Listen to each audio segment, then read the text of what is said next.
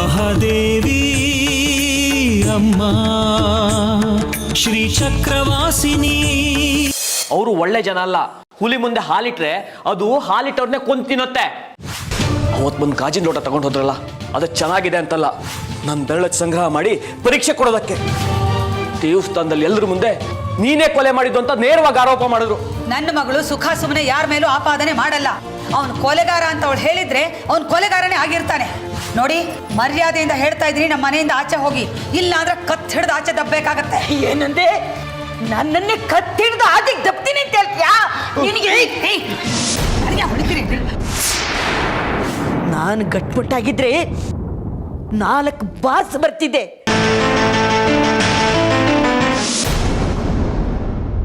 ವಯಸ್ಸಾಯ್ತು, ಕೈಯಲ್ಲಾಗಲ್ಲ.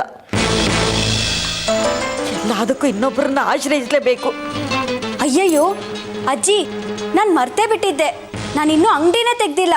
ದೇವಸ್ಥಾನದಲ್ಲಿ ಪೂಜೆ ಸಮಯ ಬೇರೆ. ನಾನಿನ್ನು ಬರ್ತೀನಿ. ನಾನು ಸಂಜೆ ಬಂದು ಎಲ್ಲ ಕೆಲಸನೂ ಮಾಡ್ಕೊಡ್ತೀನಿ. ನೀವೇನು ಕಷ್ಟಪಡಕ್ಕೆ ಹೋಗಬೇಡಿ.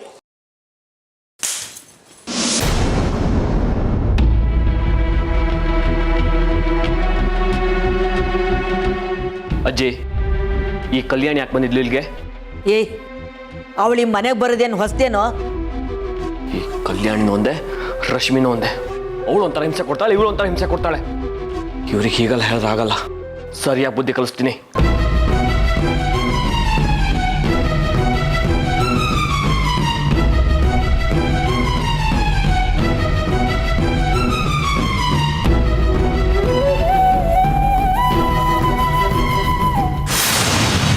ಏನಾಯ್ತಪ್ಪ?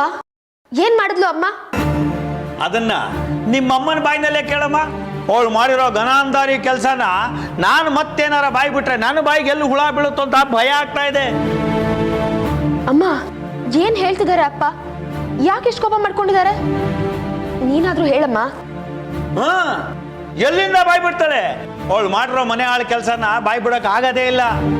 ಇವತ್ತು ಮನೆಗೆ ಬಂದಿರೋ ಅತಿಥಿಗಳ ಜೊತೆ ಎಲ್ಲ ಹದ್ದುಬಸ್ತುಗಳನ್ನು ಮೀರಿ ಅಮಾನವೀಯಾಗಿ ನಡ್ಕೊಂಡಿದ್ದಾಳೆ ನಿಮ್ಮಮ್ಮ. ಅತಿಥಿಗಳ? ಯಾರು ಬಂದಿದ್ರು?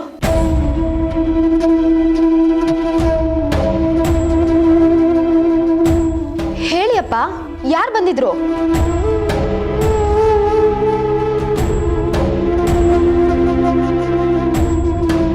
ನಿನ್ನನ್ನು ಹುಡುಕೊಂಡು ಆ ಹಿರಣ್ಮಯಿ ಅಜ್ಜಿ ರಾಜಲಕ್ಷ್ಮಿ ಬಂದಿದ್ರಮ್ಮ. ಬಹಳ ಸಿಟ್ಟಲ್ಲಿದ್ರು. ನಿನ್ನ ಬಗ್ಗೆ ಅದೇನು ತಪ್ಪು ತಿಳುವಳಿಕೆ ಇಟ್ಕೊಂಡು ಬಂದಿದ್ರು ಏನೋ ಗೊತ್ತಿಲ್ಲ.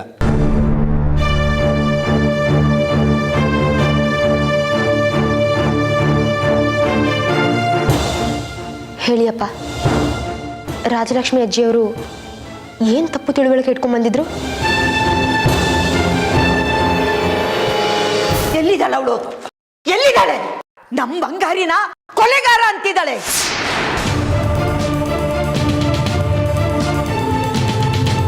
ಕಷ್ಟ ಕಾಲಕ್ಕೆ ಏನೋ ಸಹಾಯ ಮಾಡಿದ್ರಿ ಅಂದ್ರೆ ಬೀಗ್ರಾಗಕ್ಕೆ ನೋಡ್ತಿದ್ದೀರೇನ್ರಿ? ಎಂಥ ದುರಾಲೋಚನೆ ಜನ. ಛೀ.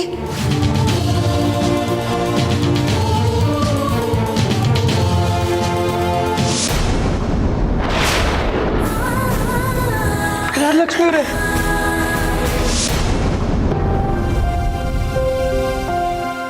ಅಮ್ಮ ಯಾಕೆ ಹೀಗೆಲ್ಲ ಮಾಡ್ತಿದ್ಯಾ? ನಿನ್ನ ಮನಸ್ಸಲ್ಲಿ ಆ ಕುಟುಂಬದವ್ರ ಬಗ್ಗೆ ಏನು ದ್ವೇಷ ಇದೆ ಹೇಳು?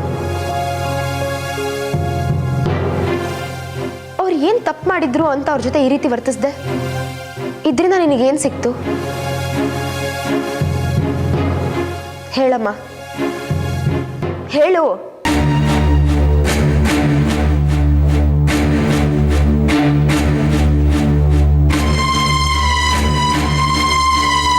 ಅಮ್ಮ, ನೀನು ಮಾಡಿರೋ ತಪ್ಪಿಗೆ ಇವತ್ತು ನಾನೇ ಹೋಗಿ ಆ ಹಿರಿಯ ಜೀವ ರಾಜಲಕ್ಷ್ಮಿಯವ್ರ ಹತ್ರ ಕ್ಷಮೆ ಕೇಳ್ಕೊಂಬರ್ತೀನಿ. ಅಪ್ಪ, ನಾನು ಬರ್ತೀನಿ. ನೋಡು ಮಗಳೇ, ಈಗಾಗಲೇ ನಮ್ಮಿಂದ ಆ ಕುಟುಂಬಕ್ಕೆ ಸಾಕಷ್ಟು ಅವಮಾನ ಆಗಿದೆ. ನೀನು ಮತ್ತೆ ಹೋಗಿ ವಾದ ವಿವಾದ ಮಾಡ್ತಾ ಇರಬೇಡ. ಸರಿಯಪ್ಪ, ಬರ್ತೀನಿ.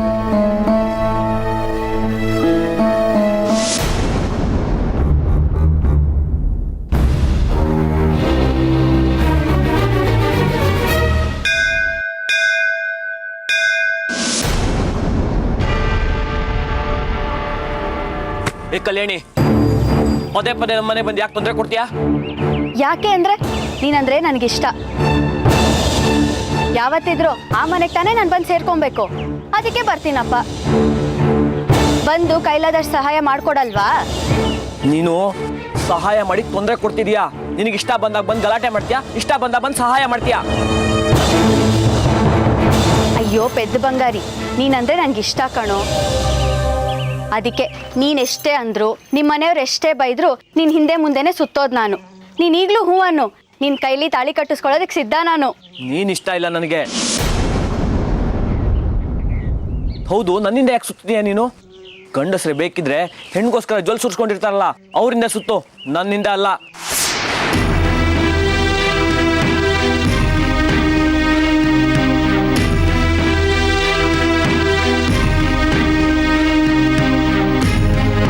ಲೋ ಬಂಗಾರಿ, ಹಾಗೆಲ್ಲ ಮಾತಾಡಬೇಡ ಕಣೋ. ನಿನ್ನ ಮೇಲೆ ನಾನು ಪ್ರಾಣನೇ ಇಟ್ಕೊಂಡಿದ್ದೀನಿ. ನಿನ್ನನ್ನು ಇಷ್ಟಪಡ್ತೀನಿ ಅಂತ ಬಾಯಿಗೆ ಬಂದಾಗೆಲ್ಲ ಮಾತಾಡ್ತೀಯಲ್ಲ, ಸರಿನಾ ಇದು? ಯಾವ ಸರಿ ಯಾವ ತಪ್ಪು ಅಂತ ನೀನು ನನಗೆ ಹೇಳ್ಕೊಡ್ಬೇಕಾಗಿಲ್ಲ. ಮದುವೆ ಗಿದ್ವೆ ಅಂತ ಏನೇನೋ ಆಸೆ ಇಟ್ಕೋಬೇಡ. ಏನೇನೋ ನಪ್ಪ ಹೇಳ್ಕೊಂಡು ನಮ್ಮನೆಗೆ ಬರ್ಲೂ ಬೇಡ ನೀನು. ಬಂಗಾರಿ, ನಾನು ಹಾಗೆ ಕಣ್ಕಂಡವ್ರ ಹಿಂದೆ ಸುತ್ತುತ್ತಿದ್ದಿದ್ರೆ ಇಷ್ಟು ದಿನ ನೀನೇ ಬೇಕು ಅಂತ ಕಾಯ್ತಿರ್ಲಿಲ್ಲ ಕಣೋ. ನನಗೆ ನನ್ನವರು ಅಂತ ಯಾರೂ ಇಲ್ಲ. ಅದೇನೋ ನಿನ್ನನ್ನು ನೋಡಿದ್ರೆ ನನ್ನವನು ಅನ್ನೋ ಭಾವನೆ ನನಗೆ. ಆದರೆ ನೀನು ನನ್ನ ಪ್ರೀತಿನ ತುಂಬ ಕೇವಲವಾಗಿ ನೋಡ್ತಿದ್ಯಾ. ಸಾಕು ನಾಟಕ. ಸಾವಾಸ ಸಾಕಾಗಿ ಹೋಗಿದೆ ನನಗೆ. ಯಾವಾಗ ನೋಡಿದ್ರು ನಾನು ಹಿಂದೆನೇ ಬರ್ತೀಯಾ. ಏನು ಪತ್ತೆದಾರಿಕೆ ಮಾಡ್ತಿದ್ಯಾ? ನನಗೆ ಸಹಾಯ ಮಾಡ್ತೀನಿ ಅಂತ ಹೇಳಿ ಯಾವಾಗಲೂ ತೊಂದರೆ ಸಿಕ್ಕಾಗ್ತೀಯಾ. ನೋಡು, ನಿನಗೆ ನನ್ನ ಮೇಲೆ ಪ್ರೀತಿ ಇರಬಹುದು, ಆದ್ರೆ ನನಗಿಲ್ವೇ. ಎರಡು ಕೈ ಸೇರಿದ್ರೆ ಮಾತ್ರ ಚಪ್ಪಾಳೆ. ಒಂದು ಮಾತು ಹೇಳ್ತೀನಿ, ನೆನ್ಪಿಟ್ಕೋ. ನಾನು ಹೋಲಿಸ್ಕೊಳ್ಳೋದಕ್ಕೆ ಕುತಂತ್ರ ಮಾಡೋದನ್ನ ಬಿಟ್ಬಿಡು.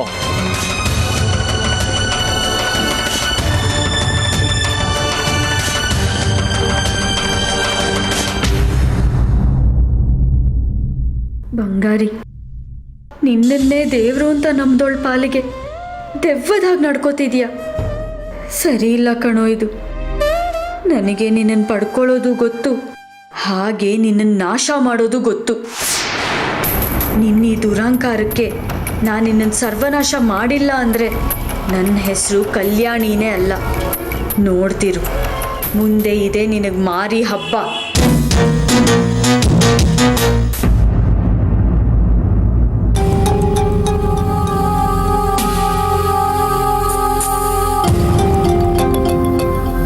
ಹಿರಣ್ಮಯಿ, ಐ ರಶ್ಮಿ ಅಮ್ಮ, ಅಜ್ಜಿ ಯಾರು ಬಂದಿದ್ದಾರೆ ನೋಡು. ಓ, ನೀನಾಕಮ್ಮ ನಮ್ಮನೆಗೆ ಬಂದೆ? ನೆಮ್ಮದಿಯಾಗಿದ್ದ ಸಂಸಾರಕ್ಕೆ ಹುಳಿ ಹಿಂಡಿದ್ದಾಯ್ತಲ್ಲ. ಇನ್ನು ಏನ್ ಮಾಡ್ಬೇಕು ಅಂತಿದ್ಯಾ? ಹೋಗ್ತಾ ಇರು. ಅಮ್ಮ ದಯವಿಟ್ಟು ನಾನು ಹೇಳೋದನ್ನು ಸ್ವಲ್ಪ ಕೇಳಿಸ್ಕೊಳ್ಳಿ. ನಮ್ಮ ಅಪ್ಪ ಅಮ್ಮ ಮಾಡಿರೋ ತಪ್ಪಿಗೆ ನಾನು ನಿಮ್ಮ ಹತ್ರ ಕ್ಷಮೆ ಕೇಳೋಣ ಅಂತ ಬಂದಿದ್ದೀನಿ. ದಯವಿಟ್ಟು ನಮ್ಮನ್ನ ಕ್ಷಮಿಸಿ ಅಮ್ಮ. ಇನ್ನು ಏನ್ ಬಾಕಿ ಉಳಿಸಿದ್ದೀರಮ್ಮ ನೀವು ನಮಗೆ? ಉಪಕಾರದ ಸ್ಮರಣೆ ಇಲ್ಲದ ಜನ ನೀವು. ನಾವು ಕೀಳ್ಮಟ್ಟದವ್ರು ಅಂತ ನಿಮ್ಮ ಮನೆಯವರ ಅಭಿಪ್ರಾಯ. ಯಾಕೆ ನಮ್ ಸಹವಾಸ ಮಾಡ್ತೀರಾ? ಇಲ್ಲಿ ನೀನು ಕ್ಷಮೆ ಕೇಳೋ ನಾಟಕ ಆಡ್ತೀಯಾ, ಅಲ್ಲಿ ನಿಮ್ಮ ಅಪ್ಪ ಅಮ್ಮ ಚಾಟಿ ಬೀಸ್ತಾರೆ. ಸಾಕು ಈ ಆಟ. ನಮ್ಮನೇಲಿ ಇನ್ನೂ ಈ ಬೆಂಕಿ ಆರಿಲ್ಲ. ಸುಮ್ಮನೆ ಹೋಗ್ತಾ ಇರು. ದಯವಿಟ್ಟು ಹಾಗೆಲ್ಲ ಹೇಳ್ಬೇಡಿಮ್ಮ. ನನ್ನಿಂದ ಹಿರಣ್ಮಯ್ಯನ ನೋಡದೆ ಇರೋದಕ್ಕೆ ಆಗೋದಿಲ್ಲ. ಇದು ಮಾತ್ರ ನಾಟಕ ಅಲ್ಲ. ದಯವಿಟ್ಟು ಆ ಅವಕಾಶನ ತಪ್ಪಿಸ್ಬೇಡಿ. ನೋಡಿ, ಅವ್ರು ನಿಮ್ಗೆ ಸಿಟ್ಟಿನಿಂದ ಹೇಳಿದ್ರು ನೀವು ಕೇಳ್ತಿಲ್ಲ. ನಾನು ನಿಮ್ಗೆ ಕೈ ಮುಗಿದು ಬೇಡ್ಕೋತೀನಿ. ನಮ್ಮ ಪಾಡಿ ನಮ್ಮನ್ನ ಇರಕ್ ಬಿಟ್ಟು ಹೊರಟೋಗಿ ಇಲ್ಲಿಂದ. ಸಾಧ್ಯ ಆದ್ರೆ ಊರ್ನೇ ಬಿಟ್ಟು ಹೋಗಿ, ತುಂಬಾ ಉಪಕಾರ ಆಗುತ್ತೆ. ಏಯ್, ಅವಳಿಗೆ ಕೈ ಮುಗಿದು ಕೇಳ್ಕೊಳ್ಳೋದು? ನಾಳೆ ಕೆನ್ನೆಗೆ ಬಾರಿಸಿ ತಟ್ಟುತ್ತಾ ಇರೋ ಹಂಗೇನೆ. ಅಜ್ಜಿ, ರಶ್ಮಿ ಅಮ್ಮನ ಬಗ್ಗೆ ಹಾಗೆಲ್ಲ ಮಾತಾಡ್ಬೇಡ. ಅವರು ಕೆಟ್ಟೋರಲ್ಲ. ಮಗಳೇ, ಸುಮ್ಮನೆ ಒಳಗಡೆ ಹೋಗೋ. ಇಲ್ಲ, ನಾನು ಒಳಗಡೆ ಹೋಗಲ್ಲ. ಇದೆಲ್ಲ ನಿನ್ಗೆ ಅರ್ಥ ಆಗಲ್ಲ. ಒಳಗಡೆ ಹೋಗು ಅಂದೆ. ಹೋಗಲ್ಲ. ನಿನಗೆ ಹೀಗೆ ಹೇಳಿದ್ರೆ ಅರ್ಥ ಆಗಲ್ಲ. ಬಂಗಾರಿ ಅವ್ರು ಏನ್ ಮಾಡ್ತಿದ್ದೀರಾ? ಅಮ್ಮ, ನನ್ನ ಮೇಲೆ ಇರೋ ಕೋಪ ನಮ್ಮ ಮಗು ಮೇಲೆ ತೆಗಿಬೇಡ ಅಂತ ಹೇಳಿಮ್ಮ. ಅದಿನ್ನ ಚಿಕ್ಕ ಮಗುಮ್ಮ. ನೋಡಿ, ನಾನು ನಿಮ್ಗೆ ಅವಳಿದ್ದಾಳೆ ಅಂತ ಏನು ಮಾತಾಡಿರ್ಲಿಲ್ಲ. ಇಲ್ಲೋ ಅಂದ್ರೆ ಕೊಟ್ಟು ಆಚೆ ಆಗ್ತಿದೆ ನಿಮ್ಮನ್ನ. ಬಂಗಾರಿ ಅವರೇ ಏನ್ ಹೇಳ್ತಿದ್ದೀರಾ? ಏನು ಇಲ್ಲ, ಹೊರಟೋಗಿ ಅಂದೆ. ಹೊರಡಿ.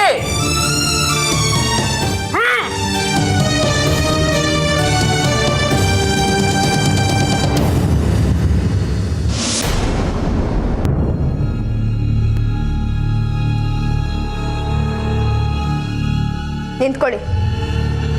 ನಾನು ನಿಮ್ಮ ಹತ್ರ ಸ್ವಲ್ಪ ಮಾತಾಡಬೇಕಿತ್ತು. ಏನು ಹೇಳಿ ಮೇಡಮ್?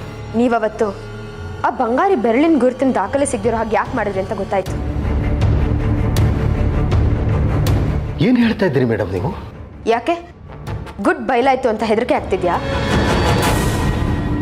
ಅದು ಹಾಗಲ್ಲ ಮೇಡಮ್, ನಿಜವಾಗ್ಲೂ ನಾನು ಬೇಕಂತಲೇ ಮಾಡಿದ್ದಲ್ಲ. ನೀವೇ ನೋಡಿದ್ರಲ್ಲ ಮೇಡಮ್, ನಿಮ್ಮ ಕಣ್ಣು ಮುಂದೆನೇ ಆ ಗಾಜಿನ ಲೋಟ ಒಡೆದೋಯ್ತು. ಅದು ಒಡೆದು ಹೋಗೋ ಹಾಗೆ ಮಾಡಿದ್ದು ನೀವೇ ತಾನೆ? ಖಂಡಿತವಾಗ್ಲೂ ಇಲ್ಲ ಮೇಡಮ್, ನಾನು ಯಾಕೆ ಹಾಗೆ ಮಾಡ್ಲಿಕ್ಕೆ ಹೋಗ್ಲಿ? ಯಾಕೆ ಸುಳ್ಳು ಹೇಳ್ತೀರಿ? ನೀವು ಆ ಕೈ ಬೆರಳಿನ ಗುರುತಿನ ದಾಖಲೆಗಳು ನಂಗೆ ಸಿಗಬಾರ್ದು ಅಂತಾನೆ ಹೀಗೆಲ್ಲ ಮಾಡಿದ್ದೀರಿ. ಅದಕ್ಕೋಸ್ಕರ ನೀವು ಅವನ ಹತ್ರ ದುಡ್ಡು ಪಡಿತಿದ್ದು ನಾನು ನನ್ನ ಕಣ್ಣಾರೆ ನೋಡಿದ್ದೀನಿ.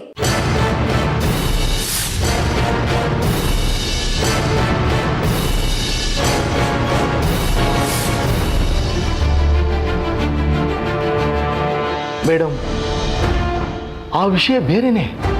ಆ ಬಂಗಾರಿ ಅವ್ರನ್ನ ಕೇಳಿದ್ರು ಅವ್ರು ಇದನ್ನೇ ಹೇಳ್ತಿದ್ದಾರೆ. ಇವಾಗ ನೀವು ಕೂಡ ಅದನ್ನೇ ಹೇಳ್ತಿದ್ದೀರಾ. ಅದೇನು ಬೇರೆ ವಿಷಯ ಅಂತ ನೇರವಾಗಿ ಹೇಳಿ. ಮೇಡಮ್, ನಾನು ಬಡ್ಡಿಗೆ ಸಾಲ ಕೊಡ್ತೇನೆ. ಆ ಬಡ್ಡಿ ದುಡ್ಡು ಇಸ್ಕೊಳ್ಳೋಣ ಅಂತ ನಾನು ಬಂಗಾರಿ ಹತ್ರ ಹೋಗಿದ್ದೆ. ಹಾಗಿದ್ರೆ ಅದನ್ನ ನೇರವಾಗಿ ಹೋಗಿ ತಗೋಬಹುದಿತ್ತಲ್ಲ, ಯಾಕೆ ಕದ್ದು ಮುಚ್ಚಿ ಹೋಗಿ ತಗೊಂಡ್ರಿ? ಮೇಡಮ್, ಸರ್ಕಾರಿ ಕೆಲಸದಲ್ಲಿ ಇದ್ಕೊಂಡು ಬಡ್ಡಿ ವ್ಯವಹಾರ ಮಾಡೋದು ತಪ್ಪಾಗುತ್ತಲ್ಲ ಮೇಡಮ್. ಅದಕ್ಕೆ ಸ್ವಲ್ಪ ಎಚ್ಚರಿಕೆಯಿಂದ ಮಾಡ್ತಾ ಇದ್ದೀನಿ ಅಷ್ಟೇ. ಮೇಡಮ್, ನಿಮಗೂ ದುಡ್ಡಿನ ಅವಶ್ಯಕತೆ ಇದ್ರೆ ಹೇಳಿ, ನಿಮಗೂ ಸಹಾಯ ಮಾಡ್ತೀನಿ. ಛೀ, ಏನೋ ಕೇಳಿದ್ರೆ ಏನೋ ಕತೆ ಹೇಳ್ತಿರಲ್ರಿ. ನಿಮ್ ಮುಖ ನೋಡೋದಕ್ಕೂ ಅಸಹ್ಯ ಆಗ್ತಿದೆ. ಹೋಗ್ರಿ ಹೊರಗಡೆ.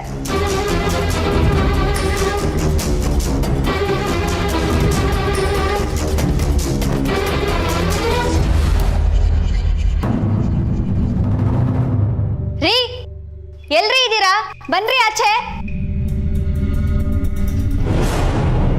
ನಿಧಾನಕ್ಕೆ ಮಾತಾಡಬೇಕು. ನನ್ನ ಕೆಲಸ ಆಗ್ಲಿಲ್ಲ. ನಿನ್ ಕೆಲಸ ಮಾಡಕ್ ಹೋಗಿದ್ ನನ್ನಿಬ್ರು ಹುಡುಗರು ಪ್ರಾಣ ಕಳ್ಕೊಂಡ್ರು. ಅದಲ್ದೆ ಒಬ್ಬನ ದೇಹ ನಿಮ್ಮನೆ ಮುಂದೆ ಬಿದ್ದಿತ್ತು. ಅದೆಂಗೆ? ಏನೋ ಎಡವಟ್ ಮಾಡ್ಕೊಂಡಿದ್ದಾರೆ ನಿಮ್ ಹುಡುಗರು. ಅವ್ರು ಸಾಯೋದಲ್ದಿರಾ ನನ್ನನ್ನು ಸಿಕ್ಕಾಕ್ಸೋದ್ರು. ಅವರಿಂದ ನನಗೆ ಎಷ್ಟು ಅವಮಾನ ಆಯ್ತು ಗೊತ್ತಾ? ನಿನಗೆ ಅವಮಾನ ಆಯ್ತು ಅಷ್ಟೇ, ಆದ್ರೆ ನನ್ಗೆ ಹಂಗಲ್ಲಿ ಇಬ್ರು ಗಟ್ಟಿ ಹುಡುಗರು ಹೋದ್ರಲ್ಲ, ಅದರಿಂದ ನನ್ಗೆಷ್ಟು ನಷ್ಟ ಆಯ್ತು ಗೊತ್ತಾ? ಪಾಪದ ಹುಡುಗಿ ಅಂತ ನಿನ್ನ ಹತ್ರ ಕಾಸು ಇಸ್ಕೊಳ್ಳಿಲ್ಲ. ಎಷ್ಟು ದುಡ್ಡು ಬೇಕೋ ಕೇಳು, ಹೇಗಾದ್ರೂ ಮಾಡಿ ತಂದ್ಕೊಡ್ತೀನಿ. ಒಟ್ನಲ್ಲಿ ಅವಳಿಗೆ ಬುದ್ಧಿ ಕಲಿಸ್ಲೇಬೇಕು. ಅವಳು ಇರೋವರೆಗೂ ನನ್ನ ಬಂಗಾರಿ ನನಗೆ ಸಿಗಲ್ಲ. ಅವಳು ಇವ್ರನ್ನ ದೂರ ಮಾಡಿದ್ರು ಹೇಗೋ ಮತ್ತೆ ಮತ್ತೆ ಒಂದು ಆಗ್ತಾನೆ ಇದ್ದಾರೆ. ಈಗ ಅವಳು ನಿನಗೆ ಮಾತ್ರ ಶತ್ರು ಅಲ್ಲ, ನನಗೂ ಶತ್ರುನೇ. ನಮ್ಮ ಹುಡುಗರು ಹುಡುಕ್ತಾ ಇದ್ದಾರೆ. ಅವಳು ಸಿಕ್ಕಿದ ತಕ್ಷಣ ಎತ್ತಕೊಂಡು ಬರೋದೆ. ಎತ್ತಕೊಂಡು ಬಂದ್ಮೇಲೆ ಪಾಠ ಕಳಿಸ್ತೀನಿ. ನನ್ನ ತಂಟೆಗೂ ಬರಬಾರ್ದು, ನಿನ್ನ ಹೆಸರು ಎತ್ತಬಾರ್ದು. ಆ ಥರ ಬುದ್ಧಿ ಕಳಿಸ್ತೀನಿ. ಅದೇನ್ ಮಾಡ್ತೀಯೋ ಬೇಗ ಮಾಡಿ ಮುಗಿಸು, ಇಲ್ಲಾಂದ್ರೆ ನನಗೆ ಉಳ್ಗಾಲ ಇಲ್ಲ. ಅವಳಿಗೂ ಪಾಠ ಕಳಿಸ್ತೀನಿ, ಜೊತೆಗೆ ಇದೇ ಜಾಗದಲ್ಲಿ ನಿನಗೂ ಪಾಠ ಹೇಳ್ಕೊಡ್ತೀನಿ. ನಮಸ್ಕಾರ ಸರ್. ಕೂತ್ಕೊಳ್ಳಿ. ಪರವಾಗಿಲ್ಲ ಸರ್. ಕೂತ್ಕೊಳ್ಳಿ, ಪರವಾಗಿಲ್ಲ. ಸರಿ ಸರ್. ಎಲ್ಲಿವರೆಗೂ ಬಂದರು ನಿಮ್ಮ ಅಮ್ಮನವ್ರು ಕೊಳೆಗಡಕರು? ಇನ್ನೇನು ಮುಗಿಯೋ ಹಂತಕ್ಕೆ ಬಂದಿದೆ ಸರ್. ಫೊರೆನ್ಸಿಕ್ ಲ್ಯಾಬ್ನಲ್ಲಿ ಏನೋ ಪವಾಡ ನಡೀತಂತಲ್ಲ, ಈಗ ತಾನೇ ಆಫೀಸರ್ ಬಂದು ಹೇಳೋದ್ರು. ಹೌದು ಸರ್, ಅದೆಲ್ಲ ನನ್ನ ಕಣ್ಮುಂದೆನೇ ನಡೀತು. ನಾನು ಆ ಕಡೆ ತಿರುಗಿ ಹಿಂಗೆ ನೋಡೋ ಅಷ್ಟರಲ್ಲಿ ಗ್ಲಾಸ್ ಹೊಡೆದೋಗಿತ್ತು. ದಾಖಲೆಗಳು ಕೈ ಸೇರೋ ಅಷ್ಟರಲ್ಲಿ ಹೀಗೆಲ್ಲ ಆಗೋಯ್ತು ಸರ್. ಗ್ಲಾಸು ಇದ್ದಕ್ಕಿದ್ದಾಗೆ ಹೊಡೆದೋಯ್ತು ಅಂದರೆ ಅನುಮಾನನೇ, ತಮಾಷೆ ಅಲ್ಲ ಅಲ್ವಾ? ನನಗೂ ಅದೇ ಅರ್ಥ ಆಗ್ತಿಲ್ಲ ಸರ್. ಆದರೆ ಅದು ಕಣ್ಮುಂದೆ ನಡೆದಿದ್ದು ನಿಜ ಸರ್. ಹೌದು, ನೀವು ತಂದಿದ್ದು ಯಾರು ಬೆರಳಿನ ಗುರುತು? ಬಂಗಾರಿ ಅಂತ ಸರ್. ಆತ ದೇವಸ್ಥಾನದ ಮುಂದೆ ಚಪ್ಪಲಿ ಕಾಯ್ತಾನೆ. ಅವನ ಮೇಲೆ ಅನುಮಾನ ಬಂದಿತ್ತು ಸರ್. ಇಷ್ಟು ಅನುಮಾನ ಬಂದ ಮೇಲೆ ಆತನ್ನ ನಿಮ್ಮ ಠಾಣೆ ಕರೆಸಿ ನಮ್ಮ ವಿಧಾನದಲ್ಲಿ ವಿಚಾರಿಸ್ಬೇಕಾಗಿತ್ತು ತಾನೆ?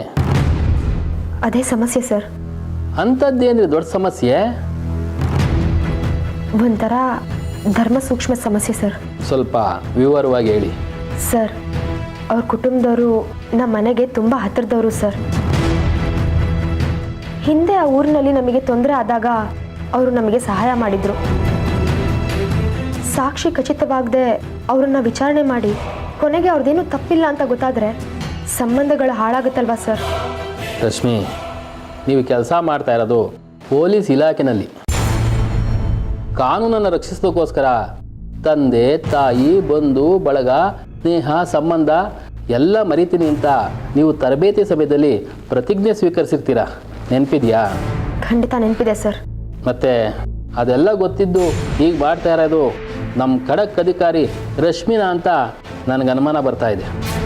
ಹಾಗೇನೂ ಇಲ್ಲ ಸರ್, ಸ್ವಲ್ಪ ತಾಳ್ಮೆಯಿಂದ ಕೆಲಸ ಮಾಡೋಣ ಅಂತ ಅಷ್ಟೇ. ರಶ್ಮಿ, ಪೊಲೀಸ್ ಕೆಲಸ ಅಂದರೆ ಜನಗಳನ್ನ ರಕ್ಷಿಸೋದು. ಇಲ್ಲಿ ಭಾವುಕತೆಗಳಿಗಾಗಲಿ ಸಂಬಂಧಗಳಿಗಾಗಲಿ ಕಟ್ಟಿಬಿಡಬಾರ್ದು. ಆಗ ನಿಮಗೊಬ್ಬ ಸಹಾಯ ಮಾಡ್ದ ಅಂತ ಅವನ್ನ ರಕ್ಷಿಸೋದು ತಪ್ಪಾಗುತ್ತೆ. ಕರ್ತವ್ಯ ಮುಖ್ಯ, ಸಂಬಂಧ ಅಲ್ಲ.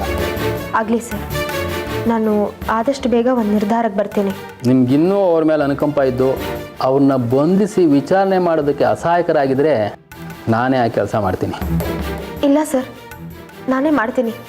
ನನಗೆ ಒಂದು ದಿವಸ ಕಾಲಾವಕಾಶ ಮಾಡಿಕೊಡಿ. ನಿಜವಾದ ಅಪರಾಧಿ ಯಾರು ಅಂತ ಕಂಡಿಡ್ದು ಖಂಡಿತ ನಿಮಗೆ ಒಪ್ಪಿಸ್ತೀನಿ ಸರ್. ಅದು ಬಂಗಾರಿಯವರಾದರೂ ಆಗಿರಲಿ, ಯಾರಾದರೂ ಆಗಿರಲಿ.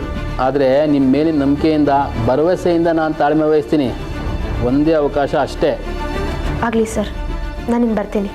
ಮತ್ತೆ ನಿಮ್ಮ ಭೇಟಿ ನೀವು ಖಚಿತವಾದ ಫಲಿತಾಂಶ ತಂದ್ರೇ. ಸರಿ ಸರ್.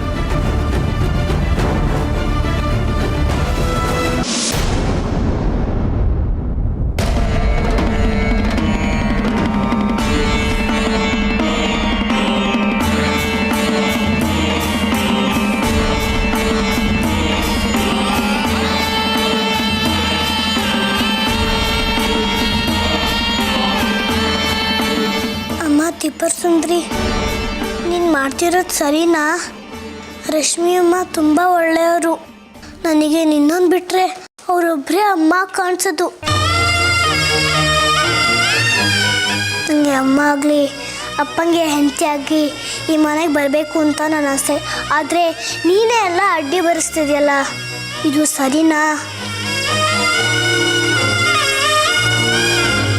ನಾನು ರಶ್ಮಿ ಅಮ್ಮನ ಕೆಲಸ ಆಗಲಿ ಅಂತ ಬೇಡ್ಕೊಂಡೆ, ಆದರೆ ನೀನು ನಮ್ಮ ಅಪ್ಪನ ಸಿಗಾಕ್ಸಿದೆಯಲ್ಲ, ಇದು ಸರಿನಾ? ನೋಡು, ನೀನು ಹೇಳ್ದಾಗೆಲ್ಲ ನಾನು ಕೇಳಿದ್ದೀನಿ. ಈಗ ನಾನು ಹೇಳ್ದಾಗ ನೀನು ಕೇಳಬೇಕು. ನನಗೆ ಗೊತ್ತಿಲ್ಲ ನೀನು ಏನು ಮಾಡ್ತೀಯ ಅಂತ, ಆದರೆ ರಶ್ಮಿ ಅಮ್ಮ ನನಗೆ ಅಮ್ಮಗೆ ಬರಬೇಕು ಅಷ್ಟೇ.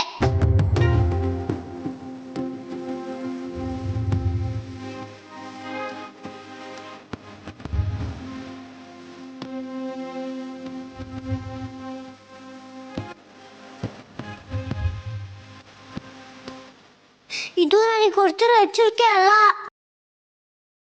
ಕೈ ಮುಗಿದು ಬೇಡ್ಕೊಂತ ಇದೀನಿ.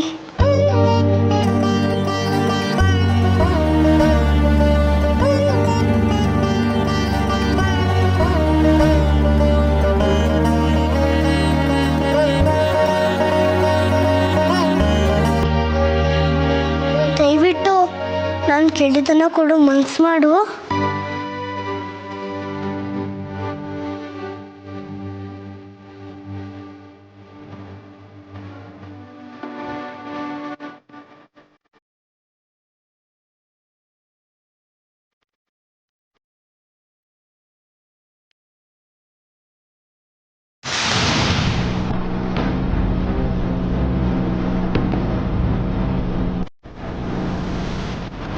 ಪೊಲೀಸ್ ಕೆಲಸ ಅಂದರೆ ಜನಗಳನ್ನ ರಕ್ಷಿಸೋದು.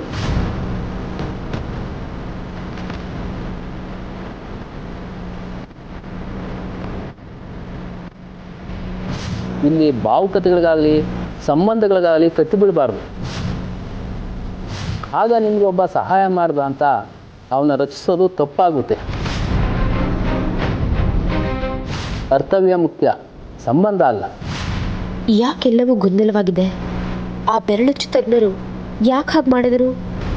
ಬಂಗಾರಿಯವ್ರ ಬಗ್ಗೆ ನನ್ನ ಅನುಮಾನ ಹೆಚ್ಚಾಗ್ತಿದೆ. ಬಂಗಾರಿಯವ್ರಿಗೂ ನಾನು ಅವ್ರ ಮೇಲೆ ಅನುಮಾನ ಪಡ್ತಿದ್ದೀನಿ ಅಂತ ಗೊತ್ತಾಗಿದೆಯಾ? ಅವರಿಗೆ ಗೊತ್ತಾಗಿನೇ ನನಗೆ ಅವ್ರ ಬಗ್ಗೆ ಯಾವುದೂ ಸಾಕ್ಷಿಗಳು ಸಿಗದಿರೋ ಹಾಗೆ ಮಾಡಿದಾರ. ಎಲ್ಲವೂ ಗೊಂದಲದ ಗೂಡಾಗ್ತಿದೆ. ಆ ಬೆರಳಚ್ಚು ತಜ್ಞರು ಹೇಳೋದು ಸತ್ಯ ಆಗಿದ್ದು ನಾನು ಸುಮ್ಮನೆ ಬಂಗಾರಿ ಅವ್ರ ಮೇಲೆ ಅನುಮಾನ ಪಟ್ಟರೆ ತಪ್ಪಾಗಲ್ವಾ?